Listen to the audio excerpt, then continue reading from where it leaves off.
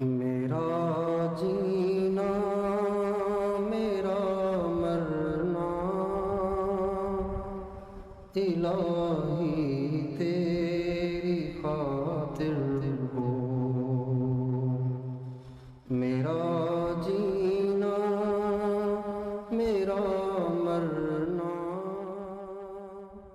لا الہ الا اللہ وحدہ لا شریک لہ واشہد ان سیدنا و نبینا و حبیبنا و شفیعنا وقرۃ اعیننا محمدا عبدہ و رسولہ صلی اللہ تبارک و تعالی علیہ وعلی آلہ و اصحابہ و ازواجہ و ذریتہ وبارک وسلم تسلیما کثیرا اما بعد فاعوذ باللہ من الشیطان الرجیم بسم اللہ الرحمن الرحیم والسابقون الأولون من المهاجرين والأنصار والذين اتبعوهم بإحسان رضي الله عنهم ورضوا عنه وأعد لهم جنات تجري تحتها الأنهار خالدين فيها ذلك الفوز العظيم.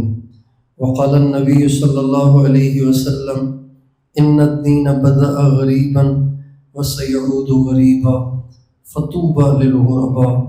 سبحان ربک رب العزت عما یصفون وسلام علی المرسلین والحمد للہ رب العالمین. اللہم صل علی سیدنا محمد وعلی آل سیدنا محمد وبارک وسلم.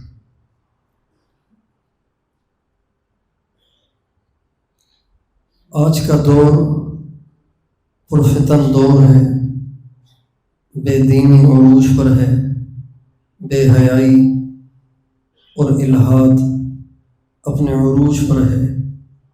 دنیا اپنی پوری زیب و زینت کے ساتھ سج کر تیار ہو کر آج امت مسلمہ کو برباد کر رہی ہے، گمراہ کر رہی ہے، اپنی طرف مائل کر رہی ہے.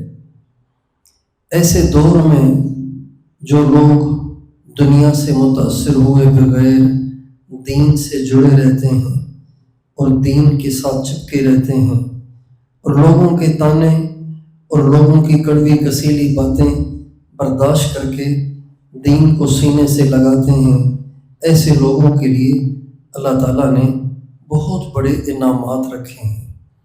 دین کا ماحول ہو اور دین پر چلنے والوں کی بلے بلے ہو اور ان کی واہ واہ ہو اور ان کا استقبال ہو اور ان کو پروٹوکول دیا جائے، اس زمانے میں دین پہ چلنے کی قیمت کم ہو جاتی ہے.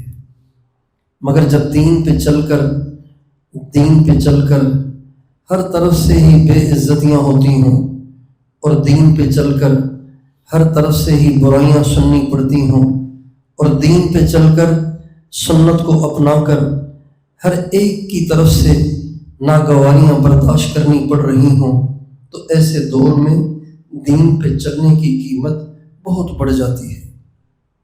ہمارے نبی کا ارشاد ہے، توجہ سے سنیے، بڑی اہم حدیث ہے.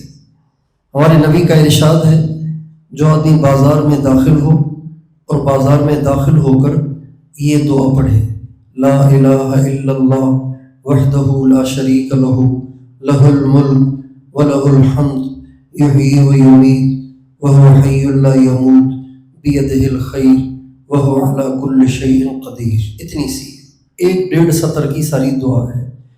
ہمارے نبی کا ارشاد ہے، جو اس دعا کو بازار میں داخل ہو کر پڑھے گا، اللہ تعالیٰ اس کو 10 لاکھ نیکیاں عطا فرمائیں گے. 10 لاکھ نیکیاں، اور اس کے 10 لاکھ گناہ معاف ہوں گے اور اس کے 10 لاکھ درجے بلند ہوں گے. اور جنت میں اللہ تعالیٰ اتنی سی بات سے اس کے لیے ایک محل بھی بنائے گا. عجیب بات ہے نا، چھوٹی سی دعا ہے، اس پہ اتنا بڑا انعام، 10 لاکھ گناہ معاف، 10 لاکھ درجے بلند، 10 لاکھ نیکیاں، اور پھر جنت میں محل بھی ملے گا. جنت میں محل تو لامحالہ کوئی چھوپڑا تو نہیں ہوگا، جنت کا محل تو سونے چاندی کا ہی ہوگا. تو اتنا بڑا انعام اتنی سی دعا سے کیوں ہے؟ یہ سوال پیدا ہوتا ہے. یہ ترمذی شریف کی حدیث ہے، اس کی شرح میں علماء نے کلام کیا ہے۔ علماء کرام فرماتے ہیں کہ اس چھوٹی سی دعا پر، چھوٹے سے کلمے پر جو پڑھنے میں بہت چھوٹا ہے اور ہلکا پھلکا ہے، اتنا بڑا اجر اس لیے ہے کہ یہ پڑھنے والا اسے بازار میں پڑھ رہا ہے، جبکہ بازار میں ذکر نہیں ہوتا، بازار میں تو گالیاں ہوتی ہیں، بازار میں تو جھوٹ ہوتا ہے، بازار میں تو دنیا داری ہوتی ہے، بازار میں تو غفلت کا ماحول ہوتا ہے۔ غفلت کے ماحول میں کھڑے ہو کر جب یہ اللہ کی توحید اور تکبیر اور تحمید کرتا ہے، اللہ تعالیٰ کو اتنا پیار آتا ہے کہ غافلوں کے بیچ میں تم نے مجھے یاد کیا ہے۔ اللہ تعالیٰ کو اتنا پیار آتا ہے کہ اللہ تعالیٰ اس کو اتنا بڑا انعام دے دیتا ہے۔ بالکل اسی طرح سے جب دین پہ چلنا دشوار ہو، سنت کو اپنانا دشوار ہو، جیسا کہ آج ہے، اگر کوئی نوجوان بچی بیان سن کر اس کا جذبہ بنتا ہے اور وہ شرعی پردہ اوڑھ لیتی ہے، چہرے کو مکمل چھپا لیتی ہے، ہاتھوں پہ دستانے پہن لیتی ہے، پاؤں میں جرابیں پہن لیتی ہے اور مکمل شرعی پردہ کرتی ہے، اپنے چچا زاد بھائی سے بھی چھپتی ہے، اپنے پھوپھی زاد بھائی سے بھی چھپتی ہے، اپنے ماموں زاد بھائی سے بھی چھپتی ہے، اپنے خالہ زاد بھائی سے بھی چھپتی ہے، تایا زاد بھائی سے بھی چھپتی ہے۔ جب مکمل شرعی پردہ جو کہ فرض ہے، واجب کے درجے میں ہے، جب کوئی بچی آج کے زمانے میں کر لیتی ہے، سارا ہی خاندان اس پہ فائرنگ شروع کر دیتا ہے اور اس کو برا بھلا کہا جاتا ہے، اس کو تانے دیے جاتے ہیں، اس کو ذلیل کیا جاتا ہے، اس کے رشتے نہیں لیے جاتے۔ ہمارے ہاں ایک بچی کا رشتہ نہیں ہو رہا، میں نے ان کے رشتے داروں سے پوچھا مسئلہ کیا ہے، کون سا فالٹ ہے آخر بچی میں، جو آتا ہے چلا جاتا ہے۔ کہتے ہیں فالٹ یہ ہے کہ یہ پہلے ہی کہہ دیتی ہے میں نے کسی سے نہیں ملنا، شرعی پردہ کرنا ہے، تمہارے نہ کزنوں سے ملنا ہے، نہ تمہارے رشتے داروں سے ملنا ہے، نہ تمہارے دوستوں کے سامنے بیٹھنا ہے، یہ جو بھی سنتا ہے چھوڑ کے چلا جاتا ہے۔ یہ ہمارے زمانے کی دین پہ چلنے والوں کو دی جانے والی سزا ہے جو آج دی جا رہی ہے۔ ایک زمانے میں دین پہ چلنے والوں کو سزا یہ دی جاتی تھی کہ ان کو تپتی ہوئی ریت پہ لٹایا جاتا، ان کے سینوں پہ بھاری چٹان رکھی جاتی، ان کو انگاروں پہ لٹایا جاتا، ان کے گلوں میں رسیاں ڈال کے ان کو بازاروں میں گھمایا جاتا، ان کا مذاق اڑایا جاتا۔ آج کے زمانے کی سزا بے دینوں کی طرف سے دینداروں کو یہ ہے، ان کی بیٹیاں نہیں لیتے، ان کو بیٹیاں نہیں دیتے، ان سے کاروبار نہیں کرتے، ان سے لین دین نہیں کرتے، ان سے بات کرنے چھوڑ دیتے۔ تمہاری بیٹی ہمارے سامنے کیوں نہیں بیٹھی؟ ہم تمہارے گھر نہیں آئیں گے، ہم تمہاری شادیوں میں نہیں آئیں گے، ہم تم سے لین دین نہیں رکھیں گے، نہ تمہیں بلائیں گے نہ تمہارے پاس آئیں گے۔ میرے دوستوں، یہ وہ زمانہ ہے کہ جس زمانے میں دین پر چلنے اور دین پر جمنے کا اتنا بڑا انعام ہے کہ جو اس کے علاوہ کسی اور زمانے میں نہیں مل سکتا۔ ہمارے نبی کا ارشاد ہے ان الدین بدأ غریبا وسیعود غریبا۔ آپ علیہ السلام کا ارشاد ہے یہ دین جب آیا تھا تو یہ کسی کو اچھا نہیں لگتا تھا، سب کو عجیب لگتا تھا، سارے حیران ہو گئے یہ کون سا دین ہے؟ غریب کہتے ہیں عجیب و غریب کو، اوپری چیز۔ یہاں پہ کوئی چینی آدمی اچانک داخل ہو جائے چائنا کا تو سارے دیکھنے لگے کہ چائنا والا یہاں کہاں سے آ گیا۔ کوئی یہاں پہ انگریز آ جائے، بھورے بالوں والا، لمبا، شیری آنکھیں، اچانک یہاں آئے گا، آپ سارے مجھے دیکھ کے اس کو چھوڑ کے اس کو دیکھنے لگ جائیں گے، یہ کہاں سے آ گیا؟ اوپرا لگے گا نا، یہاں کا نہیں معلوم ہو رہا۔ ہمارے نبی کا ارشاد ہے جب یہ دین آیا تھا تو یہ اوپرا تھا، یہ سب کو عجیب لگتا تھا، اور مکے کے کافر کہا کرتے تھے اجعل الآلہۃ الہا واحدا ان ھذا لشیء عجاب۔ محمد کی باتیں تو سنو، کہہ رہا ہے کوئی بھی کچھ نہیں کر سکتا، ایک اللہ سب کچھ کرے گا۔ بھلا یہ کتنی حیران کن بات ہے، اکیلا اللہ سارے کام کیسے کرے گا؟ تو آپ فرماتے ہیں ان الدین بدأ غریبا، یہ دین جب آیا تھا تو یہ اوپرا سا لگتا تھا، عجیب سا لگتا تھا۔ پھر آپ فرماتے ہیں وَسَيَعُودُ غَرِيبًا، اب یہ غریب نہیں ہے، اب یہ سارے جان چکے ہیں کہ محمد کا دین سارے دینوں پر غالب ہے، اور محمد کے ساتھی جہاں جاتے ہیں فتح ہی فتح ہوتی ہے، اور اللہ ان کے ساتھ ہے، مدد ان کے ساتھ ہے۔ لیکن آپ نے فرمایا وَسَيَعُودُ غَرِيبًا، ان بچوں کو کوئی خاموش کرائے یا سامنے سے اٹھا دیں، یہ خاموش ہو جائیں یا اس طرف آ جائیں۔ تو آپ نے فرمایا وَسَيَعُودُ غَرِيبًا، ان قریب ایک وقت آئے گا کہ یہ دین دوبارہ سے اوپرا اور اجنبی اور عجیب ہو جائے گا۔ اور آج ہم وہ دور دیکھ رہے ہیں، آج ہم وہ دور دیکھ رہے ہیں کہ شادیوں میں اگر کوئی نوجوان 4 مہینے لگا کے آیا اور پگڑی پہن کے شادی میں شریک ہوا، سارے یار یہ مولوی یہاں کہاں سے آ گیا، یہ پگڑی والا یہاں کہاں سے آ گیا، پگڑی عجیب ہو گئی۔ بے پرد اور ڈانس کرنے والی لڑکیوں کے بیچ اگر کوئی پردہ دار آ جائے تو یہ ساری ڈانس کرنے والی رقاصائیں یہ عجیب نظروں سے دیکھنے والی جاتی، پردہ اوڑھنے والی کہاں سے آ گئی، یہ تو 1400 سال پہلے کی لگ رہی ہے، یہ برقع پہن کے کہاں سے آ گئی، ہاتھوں میں دستانے چڑھے ہوئے ہیں اور پاؤں پہ جرابیں پہنی ہوئی ہیں، دیکھو برف باری ہو رہی ہے کیا۔ وَسَيَعُودُ غَرِيبًا، میرے نبی نے سچ کہا، میرے نبی نے سچ کہا، میرے نبی نے سچ کہا۔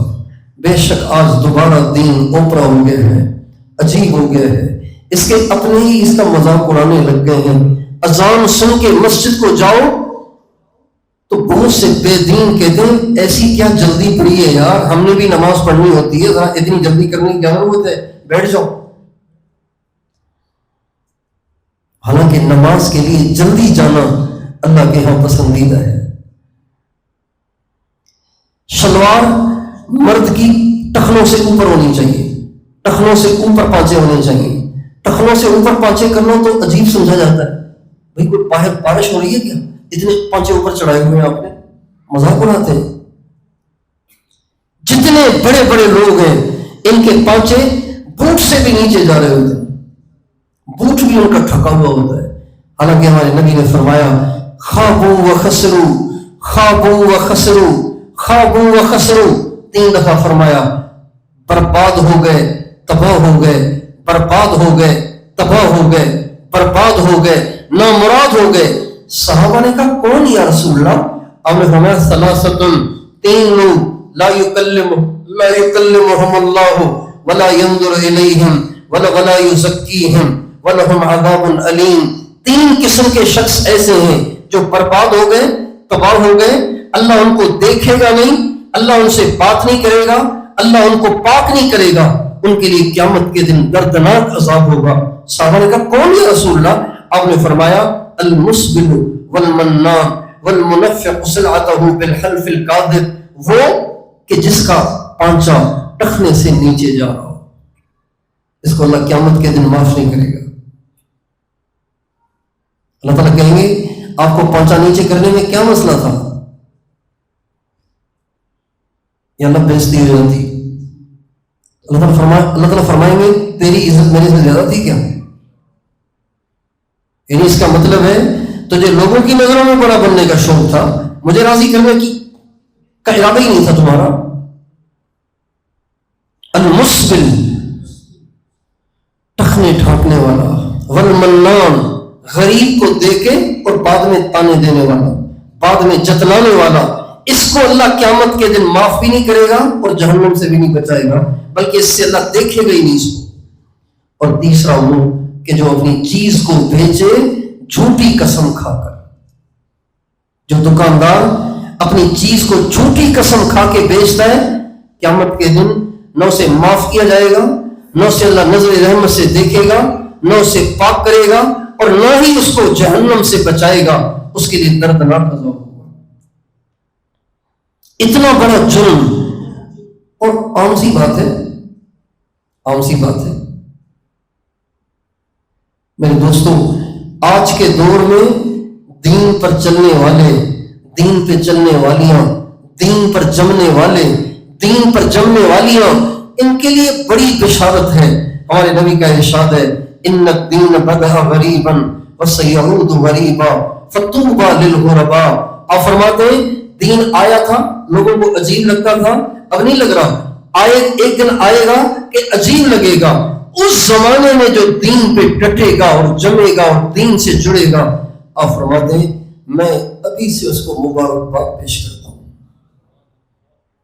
سبحان اللہ،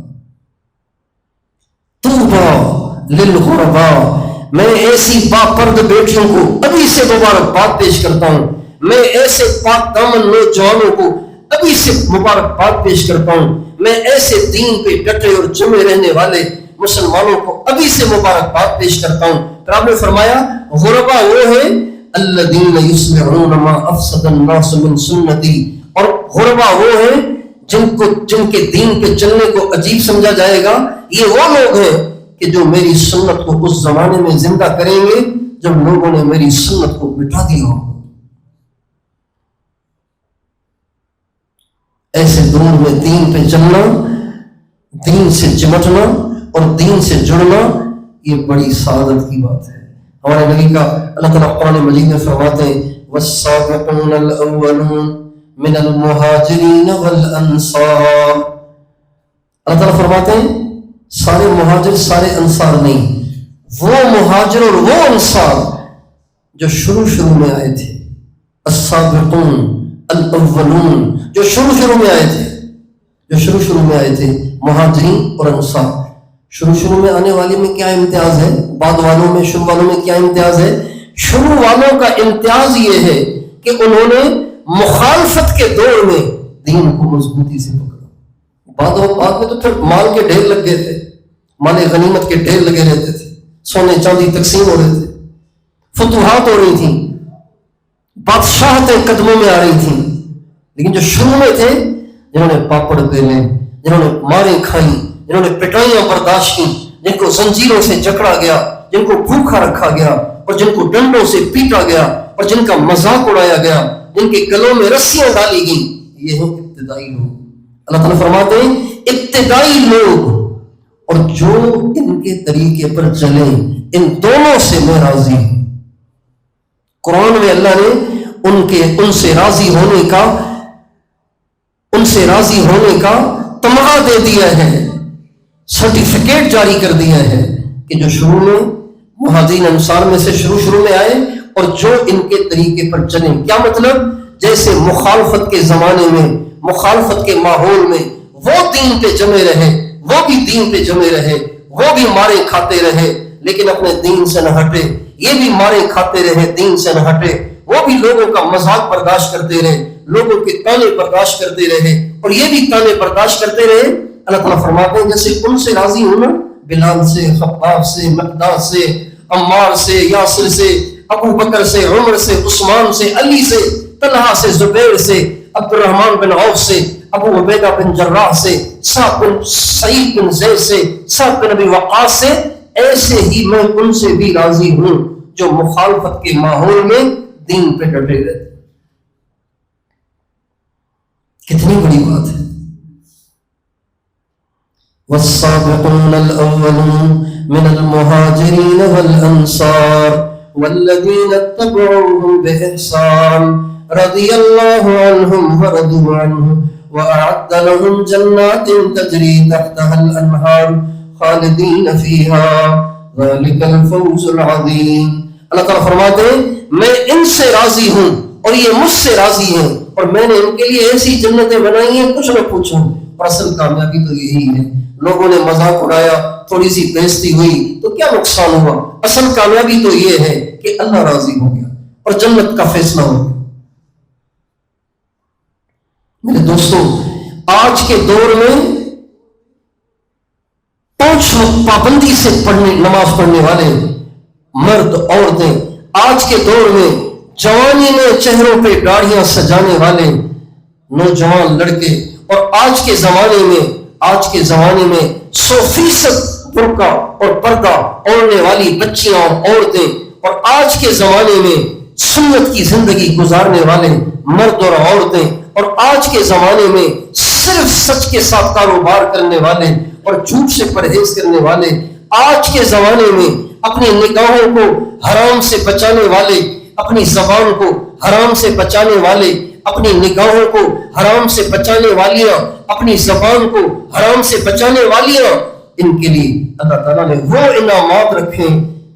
اعددت لعبادی الصالحین ما لا عین رأت ولا اذن سمعت ولا خطر علی قلب بشر.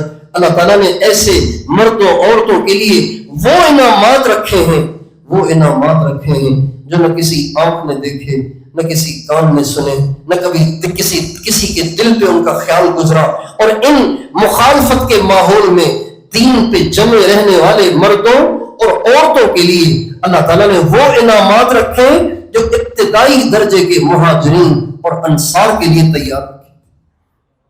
اور آج کے دور میں اپنے بچوں کو مدرسوں میں ڈالنے والے، اپنی بچیوں کو مدرسوں میں ڈالنے والے، اور آج کے دور میں جبکہ انٹرنیٹ آ گیا اور بے حیائی پھیل گئی، ساری دنیا کی ننگی فلمیں آپ گھر میں بیٹھ کے جب دیکھ سک رہے ہیں، ایسے زمانے میں جنہوں نے اپنی بچیوں کو برقعے اڑا کے ان کو حافظہ بنانے کے لیے ڈال دیا، جنہوں نے اپنے بچوں کو حافظ اور عالم بنانے کے لیے ڈال دیا، تبلیغ میں لگ گئے اور دین کے ساتھ لگ گئے اور دین پہ چپکے رہے اور دین کی محنت کرتے رہے، ایسے سب کے لیے اللہ تعالیٰ نے وہ انعامات تیار کیے ہوئے جو انعامات اللہ تعالیٰ قیامت کے دن سابقین اولین من المہاجرین والانصار کو عطا فرمائے. ہاں آج کے زمانے میں دین پہ چلنے کی قیمت بہت زیادہ ہے. ہمارے نبی کا ارشاد ہے من احیا سنتی عند فساد امتی فلہ اجر مئت شہید. جب میری امت بگڑ جائے، انہیں دین اچھا نہ لگے، انہیں ماڈرن بننا اچھا لگے اور دنیا کے ڈانسر اور دنیا کے ایکٹر اور دنیا کے سنگر ان کے آئیڈیل بن جائیں اور دنیا کی رقاصائیں اور دنیا کی فنکارائیں ان کی بچیوں کی آئیڈیل بن جائیں، تو ایسے زمانے میں جو میری سنت کو زندہ کرے گا اس کو ایک سنت کو زندہ کرنے پہ 100 شہیدوں کا اجر ملے گا. اللہ اکبر، 100 شہیدوں کا اجر، کتنی بڑی بات ہے. خوش قسمت ہیں، سمجھدار ہیں، بڑے دانا ہیں، بڑے عاقل ہیں وہ مرد و عورتیں جو آج کے زمانے کی سنگینی کو سمجھ کر دین پہ ڈٹے ہوئے، دین پہ جمے ہوئے. حالات آ رہے ہیں لیکن ان حالات کو جھیل رہے ہیں، برداشت کر رہے ہیں اور دین پہ جمے ہوئے ہیں. مہنگائی ہو گئی ہے، بے روزگاری بڑھ گئی ہے، ضرورت ہے اس بات کی کہ بچے بڑی بڑی نوکریاں کریں، ضرورت ہے اس بات کی کہ عورتیں بھی باہر نکلیں، عورتیں بھی جا کے کمائیں کھائیں اور وہ بھی پیسے کما کر لائیں، چاہے بے پردگی اختیار کرنے پڑے، جائیں جا کے دفتروں میں بیٹھیں. ضرورت تو اس بات کی لگ رہی ہے لیکن تنگیاں برداشت کر رہے ہیں، روکھی سوکھی پہ گزارا کر رہے ہیں، لیکن بچوں کو گھروں میں بٹھایا ہوا ہے، بچوں کو دین کے ساتھ لگایا ہوا ہے، روکھی سوکھی پہ گزارا کر رہے ہیں. لوگ مذاق اڑا رہے ہیں، دیکھو ان پاگلوں کو، اچھے خاصے لوگ ہیں، بچوں کو پڑھا لیتے تو کتنی اچھی نوکریاں کرتے، بچیوں کو پڑھا لیتے تو اچھی خاصی نوکریاں کر لیتی. ان پاگلوں کو پتہ نہیں کیا ہو گیا ہے، پتہ نہیں کون سی ہوا لگ گئی ہے. یہ ساری باتوں کو برداشت کر روکھی سوکھی کھا رہے. ایسے لوگوں کے لیے اللہ تعالیٰ کے پاس بڑے انعام. لوگ کہیں گے یہ بچے تو رل جائیں گے، یہ بچیاں تو رل جائیں گی، یہ تو نے بچی کو حافظہ بنا لیا، یہ اٹھائے گا کون، یہ اس بچی کا رشتہ لے گا کون. آج کل تو مرد ایسے نکھٹو ہوئے ہیں کہ وہ کہتے ہیں عورت بھی وہ چاہیے جو کمانے والی ہو تاکہ میں گھر میں بیٹھ کے مزے سیکھوں. یہ آج کے لوگوں کا ذہن بن چکا ہے. رشتہ بھی اس لڑکی سے کرنا ہے، اس لڑکی کا لینا ہے جو کم از کم اور نہیں تو نرس تو ہونا، کم از کم نرس تو، چاہے سارا دن لوگوں سے گپیں لگائے اور ایک نمبر کی بے حیا ہو لیکن پیسے تو کم از کم لائے نا، گھر کا خرچہ تو چلائے. یہ آج کا ذہن بن چکا ہے. ایسے دور میں لوگوں کے تانے سہ کے سینہ چھلنی ہو جائے اور برداشت کرتے ہوئے روکھی سوکھی پہ گزارا کرتے ہوئے زندگی گزار جائیں. میرے بھائیوں، ایسے لوگوں، ایسے مردوں عورتوں کے لیے اللہ تعالیٰ کے پاس بڑے انعامات ہیں. یہ تو مریں گے تو پتہ چلے گا کہ کس نے کمایا اور کس نے کھویا. آج تو لوگ سمجھتے ہیں میری بچیاں بھی نوکری کر رہی ہیں، میرے بچے بھی نوکری کر رہے ہیں، اللہ کا شکر ہے اللہ کا شکر ہے 1 مہینے میں 4 لاکھ آتے ہیں کیونکہ بچے بھی کما رہے ہیں، بچیاں بھی کما رہی ہیں، مزے لگے ہوئے ہیں، موجیں لگی ہوئی ہیں. میرے بھائی، یہ موجیں یہاں آپ کو لگ رہی ہیں، ذرا مر کے تو دیکھ کہ مرنے کے بعد کیا ہوتا ہے۔ آپ کو تو پتہ ہی نہیں کہ آپ کا بیٹا کن لڑکیوں سے رابطے میں، آپ کو پتہ ہی نہیں کہ آپ کی بیٹی کن لڑکوں سے رابطے میں۔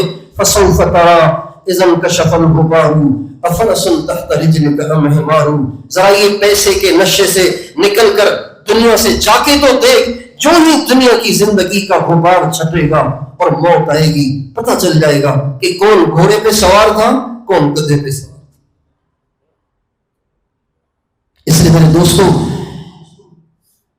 میں اور آپ یہ نیت کریں کہ حالات جو بھی ہوں، دنیا کچھ بھی کہے، ہمیں اس سے کیا، ہم پہ میلے رہیں گے، قبر میں مگر ہم اکیلے رہیں گے۔ یہ لوگ تو کبھی بھی خوش نہیں ہوں گے۔ آپ پیسے والے ہوں گے تو جلیں گے، آپ پیسے والے نہیں ہوں گے تو تانے دیں گے۔ انہوں نے آپ کو ستانا ہی ستانا ہے، انہوں نے ستانے کا گویا ٹھیکہ لیا ہوا ہے۔ لہٰذا لوگوں کو خوش کرنے کی بجائے اللہ کو خوش کریں۔ کس کو خوش کریں؟ بولیے، کس کو خوش کریں؟ اس کو خوش کریں جو خوش ہو بھی تو صحیح۔ لوگ تو خوش ہوتے ہی نہیں ہیں، لوگ کبھی خوش نہیں ہوتے۔ اللہ اللہ اللہ وہ کریم ہے، وہ رحمان ہے، جو رحیم ہے، جو پہلے ہی خوش ہونے کے لیے بیٹھا ہوا ہے، پہلے ہی آپ کو گارنٹی دے رہا ہے، او میرے گناہ گار بندے، او میری گناہ گار بندی، چاہے تو نے ساری زندگی برائیاں کی ہیں، میں پہلے ہی تجھے ضمانت دیتا ہوں، میں خوش ہو جاؤں گا، لیکن ایک دفعہ میرے در پہ آ تو صحیح نا۔ افلا يتوبون الى الله ويستغفرونه والله غفور رحیم۔ عربی سمجھنے والے سمجھتے ہیں کہ یہ کتنا عجیب لہجہ ہے اللہ کا۔ افلا يتوبون الى الله ويستغفرونه واللہ غفور رحیم۔ اللہ تعالیٰ فرماتے ہیں کیا میرے بندے اتنا عرصہ ہو گیا ہے ان کو گناہ کر کر کرتے کرتے کرتے کرتے مجھ سے منہ موڑے موڑے، کیا اب بھی یہ مجھ سے معافی نہیں مانگیں گے؟ کیا اب بھی یہ میری طرف نہیں لوٹیں گے؟ واللہ غفور رحیم، حالانکہ میں تو معاف کرنے کے لیے تیار بیٹھا ہوں۔ صرف ترجمے کو نہ دیکھیں، لہجے کو دیکھیں۔ افلا یتوبون الی اللہ ویستغفرونہ، کیا اب بھی معافی نہیں مانگیں گے آپ لوگ مجھ سے؟ یہ کسی بڑے کا لہجہ لگ رہا ہے آپ کو؟ کسی بڑے طاقتور کا، کسی بڑے با اختیار کا لہجہ لگ رہا ہے آپ کو؟ با اختیار کا لہجہ ایسا ہوتا ہے؟ تو اب نہ آ کے دکھا، میں تجھے دیکھتا ہوں، یہ ہے بڑے کا لہجہ۔ بہت سمجھا لیا تمہیں، اب تو نہ آ کے دکھا، میں تجھے دیکھتا ہوں، آستینیں چڑھا کے اور ٹھوڑی پہ ہاتھ پھیر کے، اب تو نہ آ کے دکھا، میں تجھے دیکھتا ہوں، تیری ایسی کی تیسی۔ یہ ہے بڑے کا لہجہ، یہ نہیں ہے بڑے کا لہجہ۔ افلا یتوبون الی اللہ ویستغفرونہ، کیا اب بھی مجھ سے معافی نہیں مانگیں گے آپ لوگ؟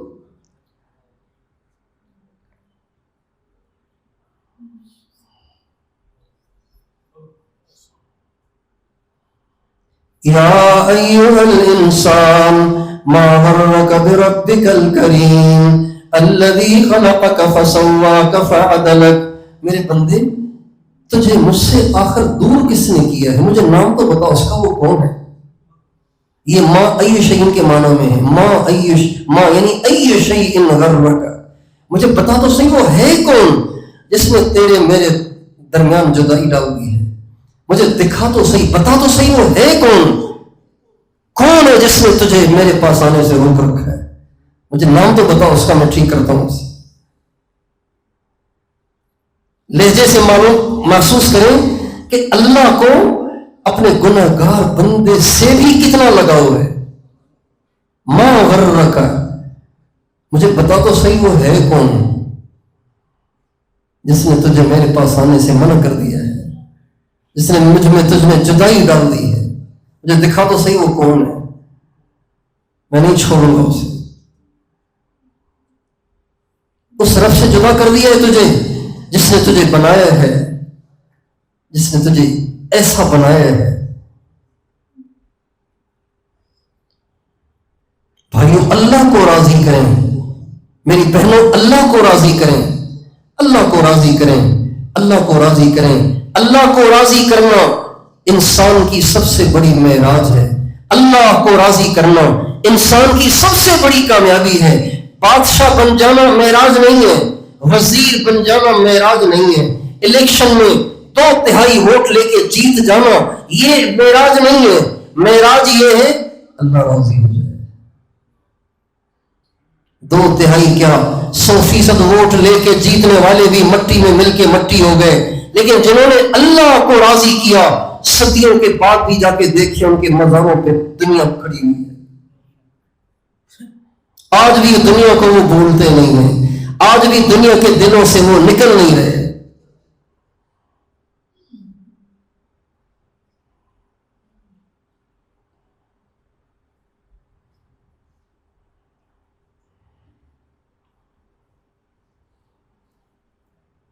یہ سب سے بڑی کامیابی ہے کہ اللہ مل جائے. اس کا طالب ہونا چاہیے آدمی کو. یا اللہ مجھے آپ چاہیے. کون چاہیے سب بتائیے. محبت سے لینا اللہ کا نام. اتنا پھیکا پھیکا لیتے ہیں، معلوم ہوتا ہے لیتے نہیں ہیں اپنا نام. جو لیتا ہے نا اس کے لینے میں اثر ہوتا ہے، جو نہیں لیتا کبھی کبھی لیتا ہے اس کا لینا بالکل پھیکا سا ہوتا ہے. کون مقصد ہے، کون منزل ہے، کون محبوب ہے، کون مطلوب ہے، مجھے کون چاہیے.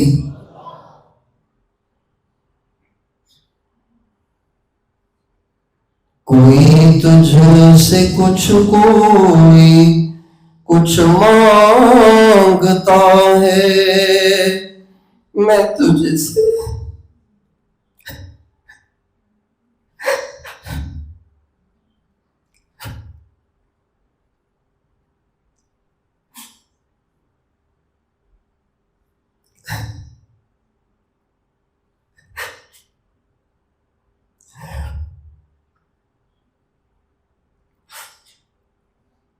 کوئی تجھ سے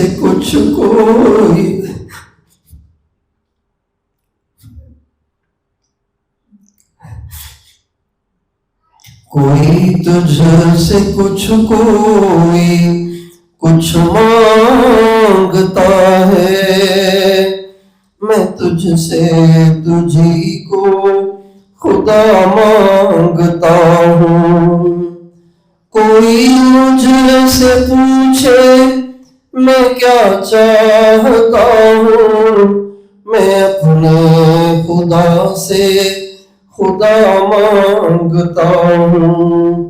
وہ ہو جائے میرا میں ہو جاؤں اس کا، یہی رات دن میں دعا مانگتا ہوں.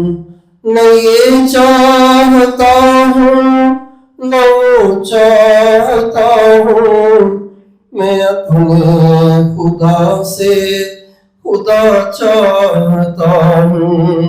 یا اللہ آپ سے کوئی گاڑیاں مانگتا ہے، کوئی کوٹھیاں مانگتا ہے، کوئی دولت مانگتا ہے، کوئی دنیا کے ٹھیکرے مانگتا ہے، کوئی دنیا کے پتھر اور ساز و سامان مانگتا ہے. میرے رب میرا تو تجھ سے سوال یہ ہے کہ مجھے تو چاہیے.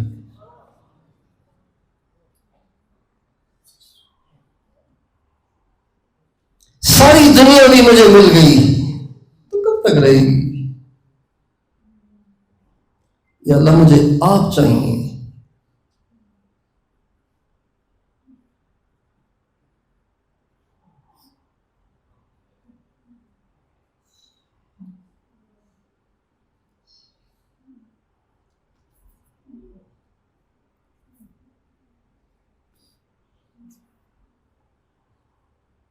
دنیا کچھ نہیں، دنیا میں جو کچھ ہے وہ کچھ نہیں. یہ سب مٹی ہے، یہ سب فانی ہے، یہ سب ختم ہو جانے والا سامان ہے. ارب پتی بھی مر جاتے ہیں، جاتے وہ بھی مٹی میں ہی. بھکاری بھی مر جاتے ہیں، جاتے وہ بھی مٹی میں. ریشم پہننے والے بھی مر جاتے ہیں، ملتا ان کو بھی وہی کاٹن کا کپڑا ہے، وہی سفید کپڑا ہے. اور چیچڑے اوڑھنے والے بھی مر جاتے ہیں اور ملتا ان کو بھی وہی کفن ہے. بنگلوں میں رہنے والے، گاڑیوں میں گھومنے والے، وہ بھی اسی کالی کوٹھڑی میں جا کے رہتے ہیں، اور پیدل در در کے دھکے کھانے والے وہ بھی اسی کالی کوٹھڑی میں جا کے سو جاتے ہیں. فرق تو بس 4 روزہ زندگی کا ہے، 4 دن کی چاندنی ہے، پھر وہی اندھیری رات ہے. اس کے لیے ہم اللہ کو ناراض کریں، اللہ کے نبی کو ناراض کریں، اپنی قیامت کو خراب کریں، اپنی قبر کو خراب کریں، جنت سے محروم ہو جائیں اور جہنم کمائیں. یہ کتنی بڑی ناسمجھی، کتنی بڑی نادانی، کتنی بڑی بے عقلی کی بات ہے. اس لیے بھائیوں خود بھی اس بات کو سمجھیں، شیطان کے چکر میں نہ آئیں، نفس کے چکر میں نہ آئیں، لوگوں کی باتوں میں مت آئیں، لوگوں کی باتیں مت سنیں، قرآن سنیں. قرآن کیا کہتا ہے؟ اللہ کے نبی کی سنیں، اللہ کے نبی کیا فرماتے ہیں.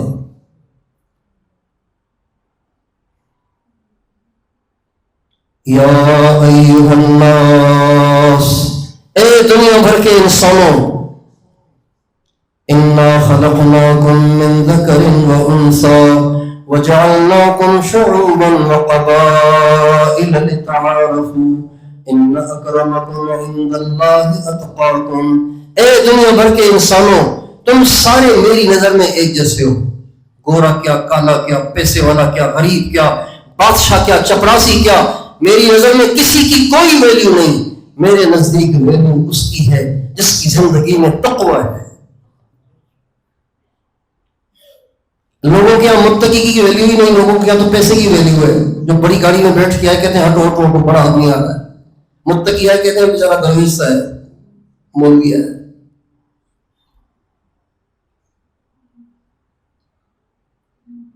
لوگوں کی مت سنیں، قرآن کی سنیں. لوگوں کی مت سنیں، اللہ کے نبی کی سنیں، اور دین پہ جمے رہیں، ڈٹے رہیں. خود بھی اس پہ آئیں، ہر ایک کو اس کی دعوت دیں، ہر ایک کو یہ بات سمجھائیں، ہر ایک کو اس پہ لانے کی کوشش کریں. حضرت محمد صلی اللہ علیہ وسلم ہمارے آخری نبی ہیں. آپ کے بعد اب کسی نبی نے نہیں آنا. اب اوروں کو اس کی دعوت دینا، اوروں کو اس پہ ابھارنا، اس پہ لانا، یہ آپ کی، ہماری، ہر مرد ہر عورت کی ذمہ داری ہے. اللہ تعالیٰ توفیق دے، اس دعوت کو لے کے نکلیں. 4 مہینے لگائیں، 40 دن لگائیں، 10 دن لگائیں، 3 دن لگائیں، 1 سال لگائیں، جس کو اللہ جتنی توفیق دے اس دعوت کو لے کے نکلیں، در در پھریں، اللہ پاک کا پیغام پہنچائیں. اللہ پاک کو یہ پیغام پہنچانے والے بڑے پسند ہیں. ہمارے نبی کا ارشاد ہے، ہمارے نبی کا ارشاد ہے، کل قیامت کے دن کچھ لوگ آئیں گے جن کا درجہ اتنا بلند اور بالا ہوگا، جن کا درجہ اتنا اونچا ہوگا، جن کا درجہ اتنا اونچا ہوگا کہ نبی اور شہید ان کو دیکھ کے کہیں گے واہ واہ واہ، اش اش کر اٹھیں گے، ان کو دیکھ کے رشک کریں گے. صحابہ نے کہا صفن لنا یا رسول اللہ، حضور بتائیں تو صحیح وہ ہوں گے کون؟ آپ نے فرمایا الذین یحببون اللہ الی عبادہ ویحببون عباد اللہ الی اللہ. یہ وہ ہوں گے جو اللہ کے دلوں میں بندوں کی محبت بٹھاتے پھریں گے اور بندوں کو اللہ کا محبوب بناتے پھریں گے.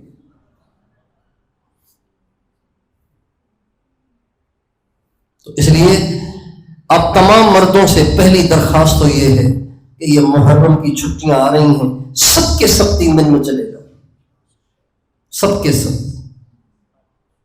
3 دن میں چلے جاؤ. تو آپ میں سے ان چھٹیوں میں 3 دن کے لیے کون جائے گا؟ جو جائے گا وہ ہاتھ کھڑا کرے، جو نہیں جائے گا وہ ہاتھ کھڑا نہ کرے. یہ ارادہ نہیں ہے. ہاں جی، اچھا ایسے کریں، ہاتھ کھڑا کرنے کی بجائے سے زیارت کرا دیں، کھڑے ہو کے زیارت کرا دیں. جو واقعی جائیں گے، جو نہیں جائیں گے وہ بالکل نہ اٹھیں.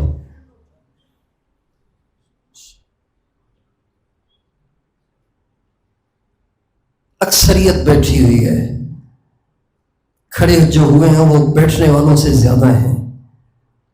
بات آگے تب چلے گی جب کھڑے ہونے والے زیادہ ہو جائیں، بیٹھنے والے کم ہو جائیں. ہاں جی، اور بتائیں ان چھٹیوں میں 3 دن کون لگائے گا؟ جی جی ماشاءاللہ. اور بتائیں ان چھٹیوں میں 3 دن کون لگائے گا؟ اور بتائیں اور بتائیں اور بتائیں ان چھٹیوں میں 3 دن. یا اللہ ان چھٹیوں میں جو چلے جائیں نا 3 دن کے لیے ان کے دونوں جہانوں میں بیڑے پار کر دے. آمین تو کہو. جی. اور ماشاءاللہ دیکھو یہ لاٹھی کے سہارے سے کھڑے ہو گئے. اللہ تعالیٰ کو کتنا پیار آئے گا ان پہ. ہاں جی. اور بتاؤ. ابھی بھی بیٹھے ہوئے زیادہ ہیں, کھڑے ہوئے کم ہیں. جب معاملہ برعکس ہو جائے گا پھر آگے چلیں گے. اور بتائیے 3 دن. اب آئے تو کسی اور موڈ سے تھے, آئے تو تھے آپ بیعت ہونے کے لیے, توبہ کا کلمہ پڑھنے کے لیے, بیان سننے کے لیے. اچانک ایک اور کام شروع ہو گیا. لیکن یہ بھی ہوتا ہے کبھی کبھی. ہاں جی. اور بتائیے. جی. تو ابھی یہ انہوں نے 3 دن اللہ کو دیے ہیں یا ہمیں دیے ہیں؟ تو ان کے نام لکھے ہیں, انہوں نے جانا ہی جانا ہے. جانا ہی جانا ہے نا. آگے پیچھے تو نہیں ہو جائیں گے. یہ جو بعد میں کھڑے ہوئے تھے نوجوان بچے, یہ آگے پیچھے تو نہیں ہو جائیں گے. کسی نے دیکھا تو ہے نہیں, نام تو کسی نے لکھا نہیں, پیچھے تو کوئی آئے گا نہیں, چلو کوئی بات نہیں جاتے. ہاں بھائی جائیں گے نا. یہ جو کھڑے ہوئے ہیں یہ سارے پکے جائیں گے نا. تو اکیلے جائیں گے اوروں کو بھی لے کے جائیں گے, اپنے ساتھ اوروں کو بھی تیار خوش رکھے تشریف.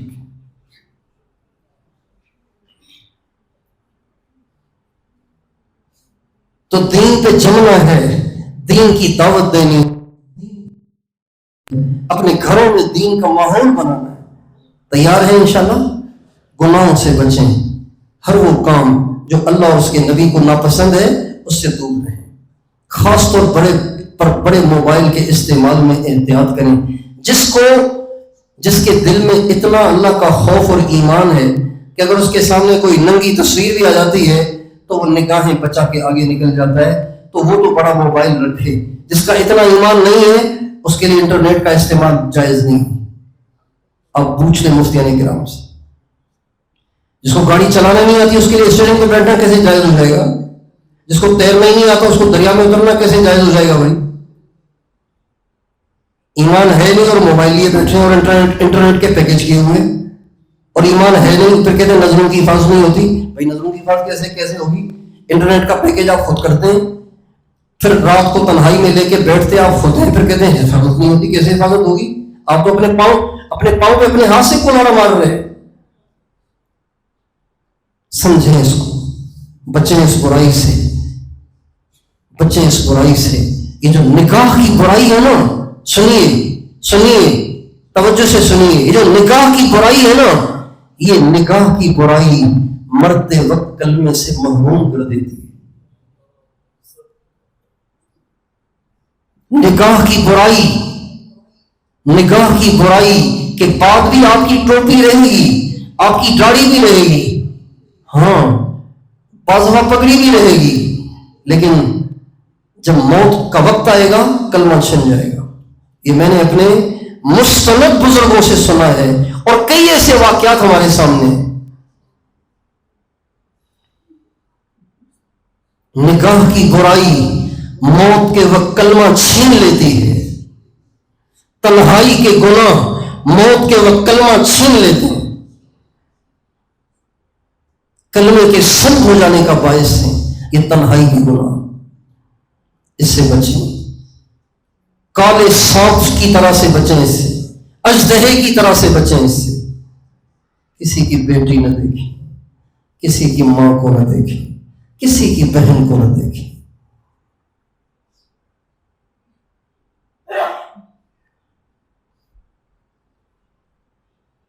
اللہ تعالیٰ نے نظریں اس لیے نہیں دی,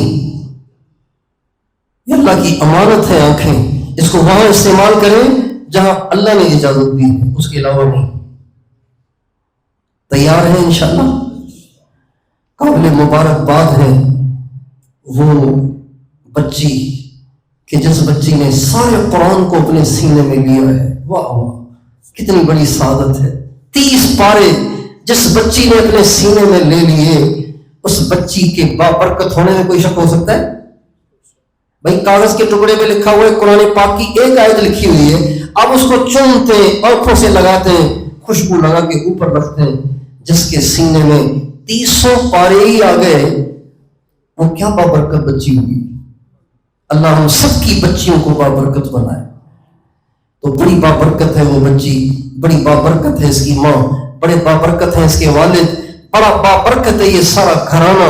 قرآن پاک بچیوں کو حفظ کرانا، بچوں کو حفظ کرانا، اس کا ماحول بہت کم ہو گیا ہے۔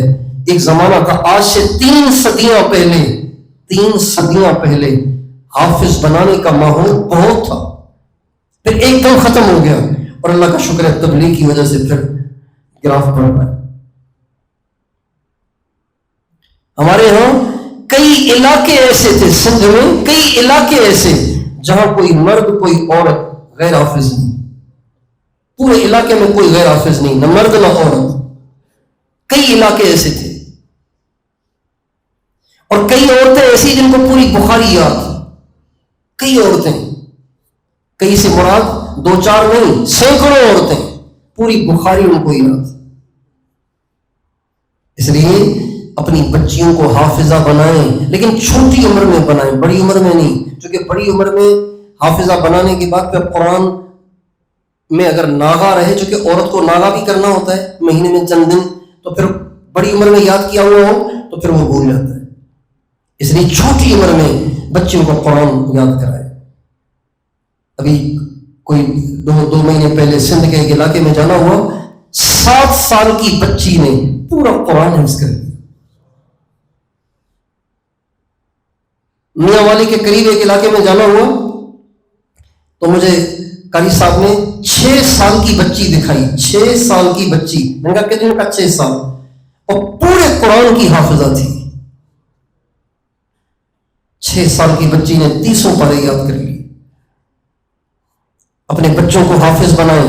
اگر آپ کو ڈاکٹر انجینئر بنانے کا شوق ہے اور آپ کو اللہ سے بدگمانی ہے کہ روزی کہاں سے آئے گی، مولوی بنے گا، تو ٹھیک ہے، ڈاکٹر بنائیں، انجینئر بنائیں، لیکن 2 سال اس کی پڑھائی موقوف کر کے بیچ میں حافظ بھی بنا دیں۔ قیامت کے دن ایک حافظ 10 اپنے عزیزوں کو جن پہ جہنم کا ٹھپا لگ چکا ہوگا اور جہنم کی فہرست میں ان کا نام لکھا جا چکا ہوگا، ان کا نام وہاں سے کٹوا کے جنت والوں میں لکھوا کے اپنے ساتھ جنت میں لے جائے گا۔ ایک حافظ 10 کو لے جائے گا۔ کتنے خوش قسمت ہیں وہ لوگ جنہوں نے اپنے بچوں کو حافظ بنا لیا۔ اے اللہ ہم سب کے بچوں کو قرآن کا حافظ بنا، عالم ربانی بنا، قرآن کا عاشق بنا، دین کا داعی بنا، متقیوں کا امام بنا۔ اس کی دعائیں مانگے اللہ سے۔ تو اب آپ ایک اور تشکیل، آپ میں سے کون کون اپنے گھر میں بچوں کو، سارے بچوں کو نہیں تو 1-2 کو یا سب کو، جو اپنے گھر میں اپنے بچوں کو حافظ بنائے گا یا حافظہ بنائے گا بچیوں کو، وہ ہاتھ کھڑا کر لے۔ بنائیں گے سارے جو یہاں کے ہیں، اور رابطہ کر لیں، یہاں محتممین بیٹھے ہوں گے کئی مدارس کے، ان سے مل لیں کہ جی بس میں نے آج طے کر لیا ہے، بتائیں میں بچے کو کب لے آؤں۔ آپ کی بیگم بچیوں کو حفظ کراتی ہے، بتائیں میں اپنی بچی کو کب بھیجوں۔